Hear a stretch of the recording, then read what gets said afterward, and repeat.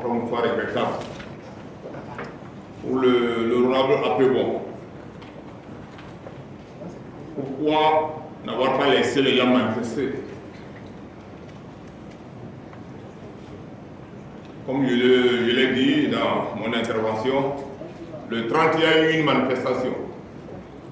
Une manifestation qui était autorisée. Et les organisateurs étaient des gens bien connus, agriculteurs, éleveurs et pêcheurs. Mais le déroulement et la fin de cette manifestation a laissé peut-être l'autorité locale un peu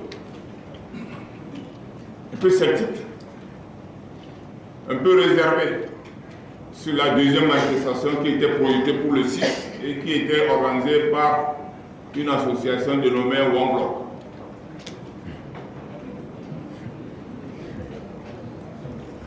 Les tirs de sommation en l'air, je l'ai dit, je n'ai pas fait des analyses balistiques.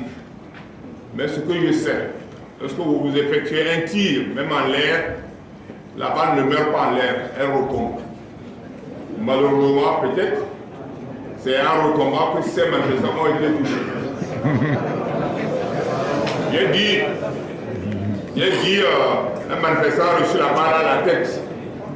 Je crois que ce n'est pas superflu qu'une balle en tombant touche quelqu'un à la tête. Mais je crois que nous n'allons pas nous déverser dans ces discussions. Encore une fois, nous regrettons ces morts de nos compatriotes. Le blindé ne faisait pas partie des dispositifs du maintien de l'ordre. Et j'ai dit le blindé allait à la préfecture. D'abord, d'ailleurs, ce samedi, les manifestants, après avoir déposé le corps à la préfecture, étaient revenus au carrefour, au monument. Et n'étaient pas violents. Donc, il n'y avait pas de raison de dire c'est parce qu'ils étaient violents que le véhicule blindé s'est engagé dans le dispositif.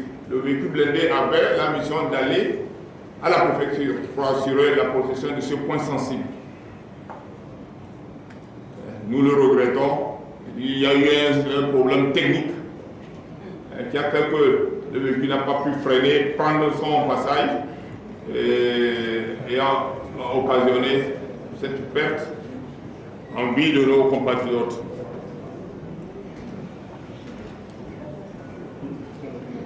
Je regrette, je ne fais pas l'avocat du diable. J'ai dit les faits tels que ça m'a été rapporté et dire que si les manifestants ont arraché les fusils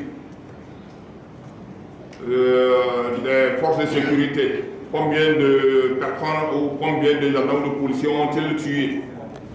Nous ne devons pas avoir pour intention, même s'ils arrachent, de faire du mal.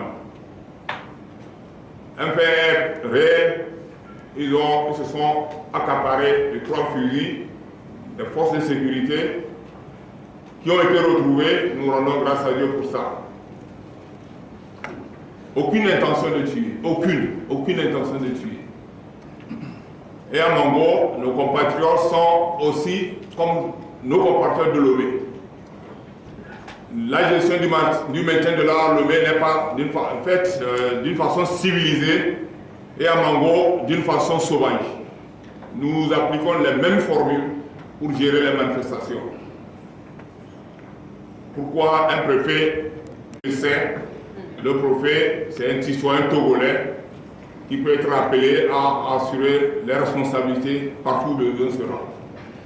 Pourquoi un camp militaire à Mango? J'ai eu à répondre à cette question. Dans le cadre de la refondation, l'armée de terre a été restructurée et pour mieux cerner la sécurité de notre pays, il était plausible, le commandement a trouvé plausible de mettre un détachement blindé à Mango. Voilà, Monsieur le Président, les éléments de réponse que je peux apporter aux honorables députés qui nous ont interpellés.